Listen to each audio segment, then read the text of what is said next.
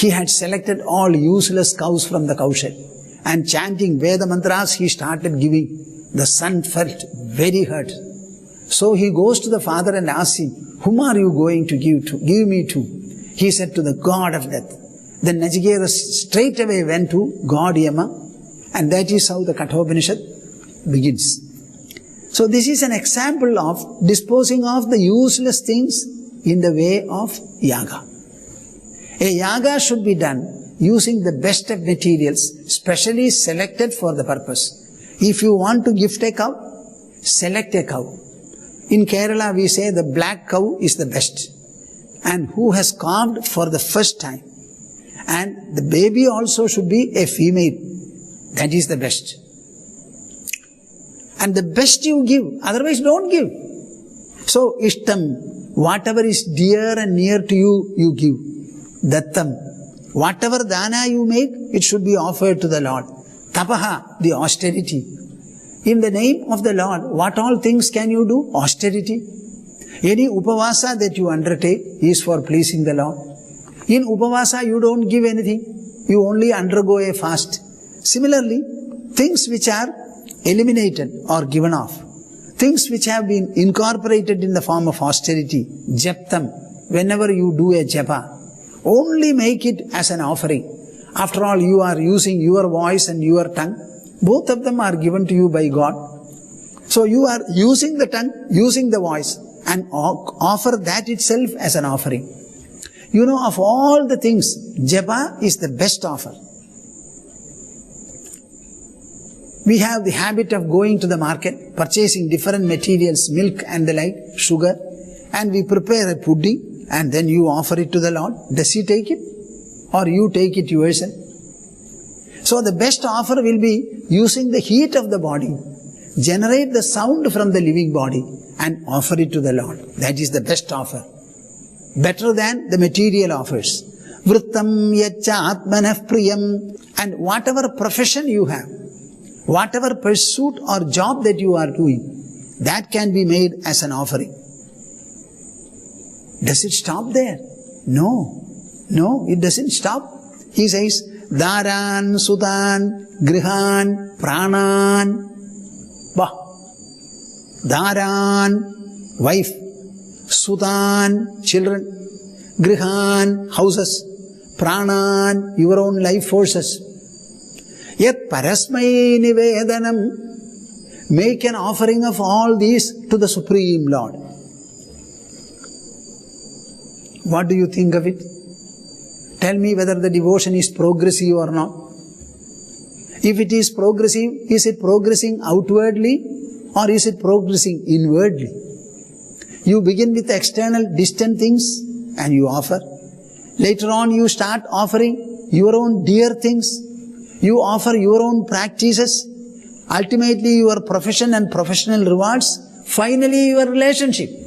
Wife on the one hand, children on the other, houses on the other, and life forces also. Are you hearing, my dear viewers? Are you hearing?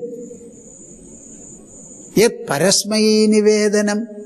We have got all this in the form of cultural refinement in the country.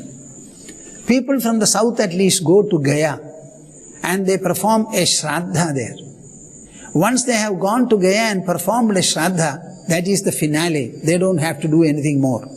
After performing it, they are supposed to abandon one item which is extremely dear to them.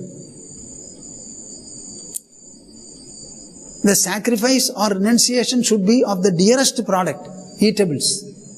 Now some people will go and they will say, whatever is a bitter gourd they avoid. That's not. The best thing should be given. So if you like orange best, then leave orange and never take it anymore. And people do it even today. I am reminded of a story. There was a great devotee. He was very much devoted to Mahatmas and Gurus. He was living in a simple manner in a village. One day, his Guru informed him that I am passing through the village. Along with a few followers, devotees, I propose to stay in your house for one night.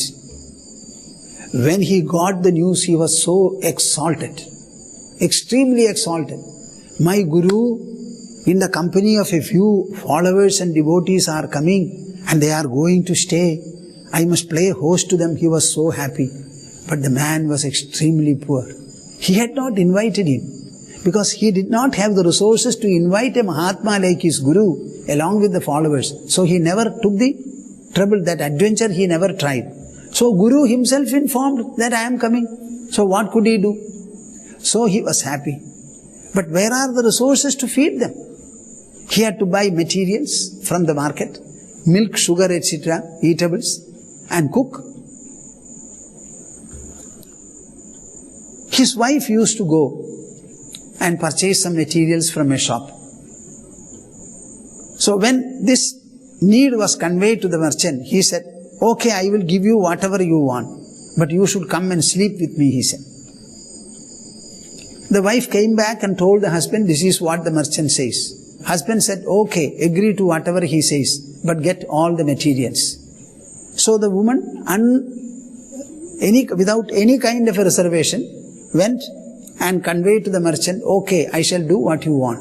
I have told my husband and he has agreed. So bought all the materials.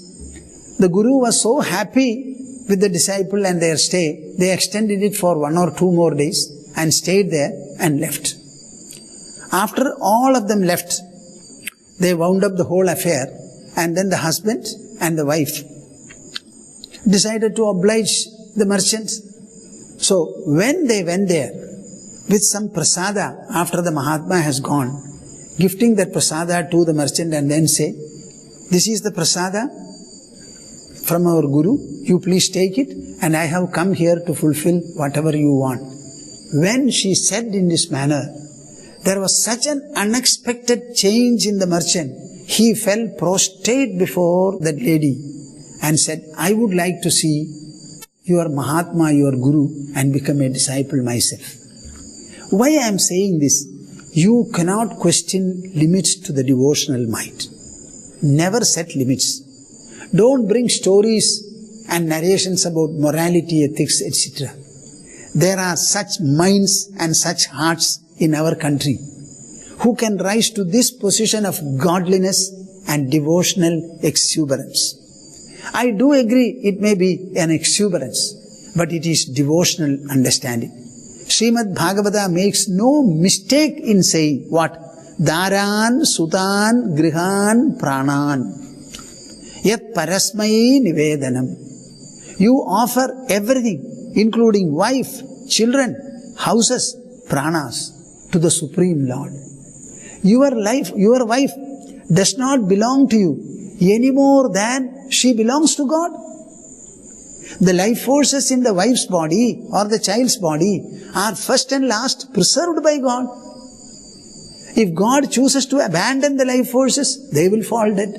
So who is preserving the life forces? Who is preserving the lungs, the heart, the blood circulation?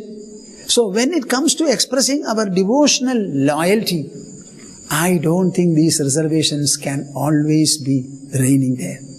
Certainly not. Certainly not.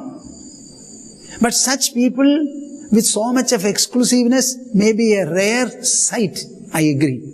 But these things have happened in our holy land. Ishtam dattam tapojaptam vrittam yachatmanah priyam daran sudan grihan pranan yat parasmai nivedanam. You may wonder, Swamiji, is it ever practicable for us? I don't say it is practicable for all of you.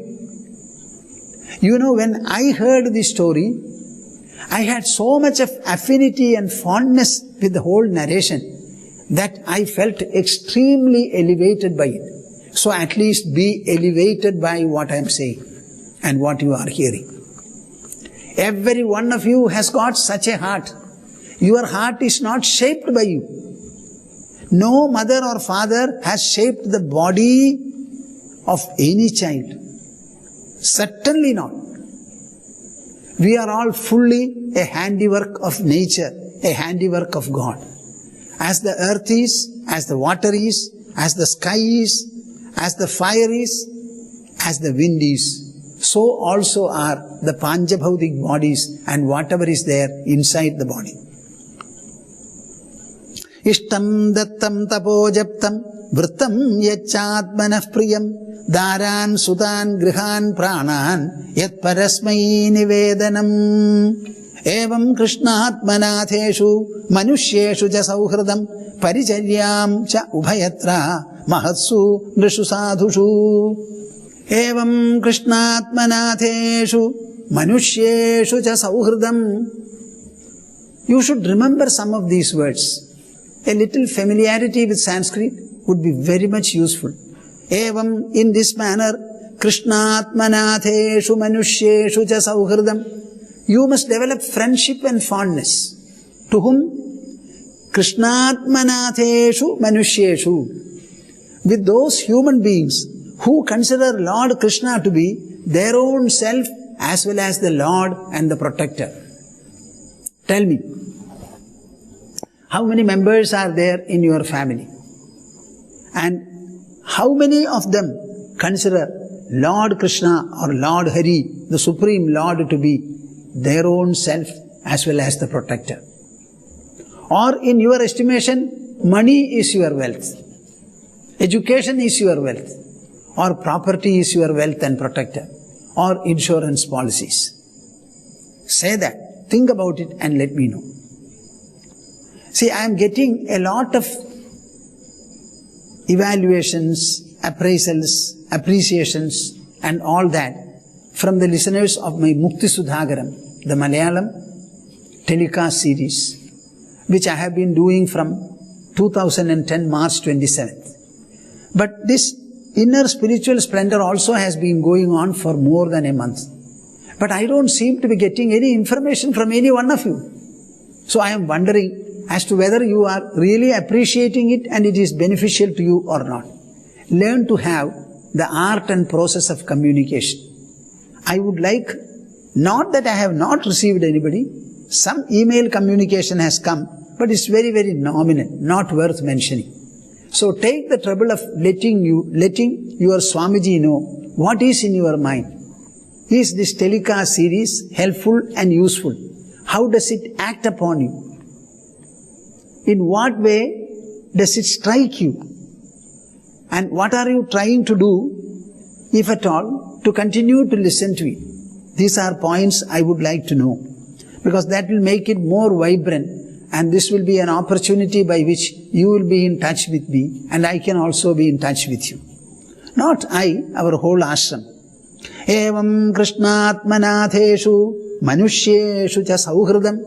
You may have a number of friends, and they may be professional friends, they may be residential friends, they may be social friends, even political friends, etc. They are not sufficient. All of them are useful and relevant only to your life here. But we have a great past and perhaps an infinitely great future also. What is that friendship going to count in those periods? This is something that you have to think. So have Sauhrida, friendship with those people, lofty devotees, who consider Lord Krishna or Lord, Supreme Lord Hari as the protector as well as their own self.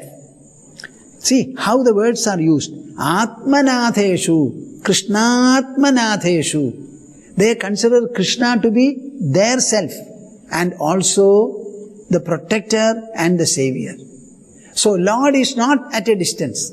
He is the closest to us, closer to us than the body, closer than the mind, closer than the intelligence, closer than the ego, and He is your very self. Paricharyam cha ubhayatra. And then you must learn to serve the mobile as well as immobile creation. What is meant by serving the mobile and immobile creation? Say the Panchabhautik elements are there. These elements themselves get transformed or transmuted, and they are the ones which become living beings, everyone pulsating with life, the wonderful consciousness and Chetana. So unless the Panchabhutas are there in a very qualitative manner, we won't be able to live here. So you must make sure that you serve the earth and the causes of the earth. Never pollute it. Always try to preserve the cohesion of the earth. We have got a system. What is that system? We have got a birth star for every one of us. We generally identify a man not after the date of birth, after the star of the birth. We have 27 stars. And we also have something called Tithi, that is 15 in number. These are very much used for birth as well as death. So the birth star altogether will be 27. Each star is associated with a special tree. Now, we have started in Kerala in some of the temples, and we are going to do it in our Pandavagiri temple also. People with a certain star say Ashwati is the star of a person. So there is a special tree identified for that star. So he will be encouraged and asked to plant a tree, that particular tree himself. And the tree will be looked after. When it grows, we will have a bed. And on that bed, that person can not only that person, whoever has got that birth star, all of them can sit there, close their eyes and meditate, do circumambulation, etc. This is one point. Why I am mentioning you this? Paricharyam cha ubhayatra. Our worship is not merely to the idol. It starts with the idol, that's all. We must be able to worship the entire creation. And the creation is divided into mobile and immobile. Jangama and Stavara. So we must start worshipping. Worship trees, worship plants, worship young children, worship old people, worship water, river.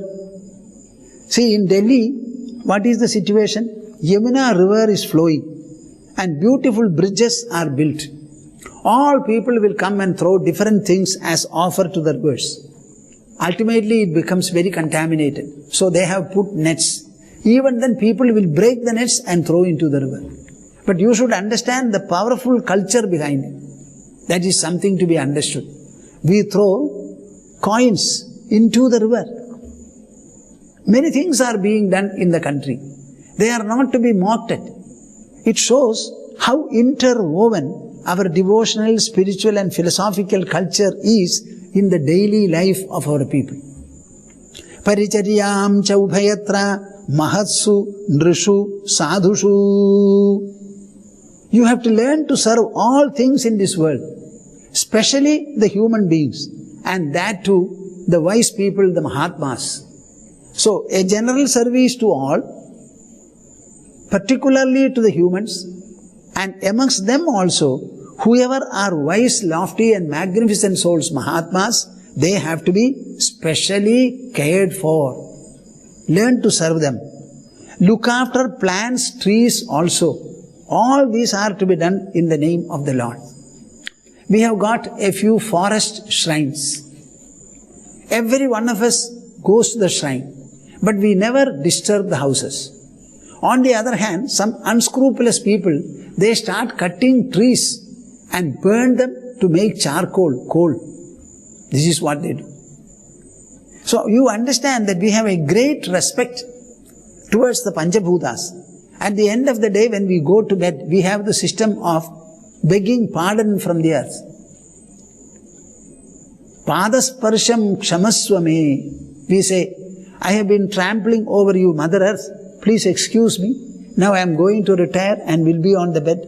Only next morning, I will get up and start trampling over again. You know how nice, deep, soft and melting sentiments are cultivated by this kind of a practice and an association. Think about it.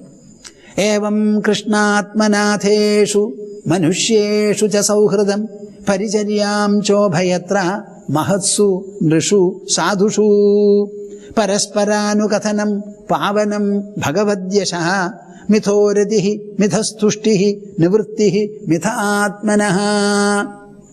Now he is saying how it acts on the human mind and what are the immediate results and benefits you have. Parasparanukathanam. When you meet each other, you must have some divine conversations.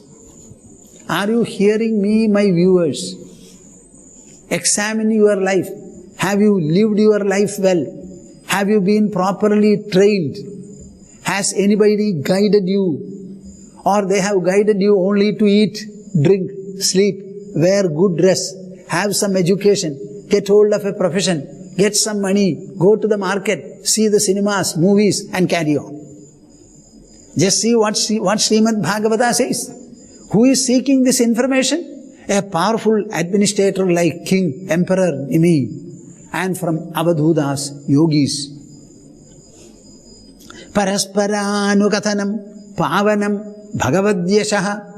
Yashaha means the glory, the fame. Bhagavad yashaha of the Lord. So the godly fame and godly glory, pavanam, that alone will purify your mind. You start narrating the glory of your son. I have got a son. He is in America. He is a big boss in a corporate office. Therefore what? Will it purify your heart?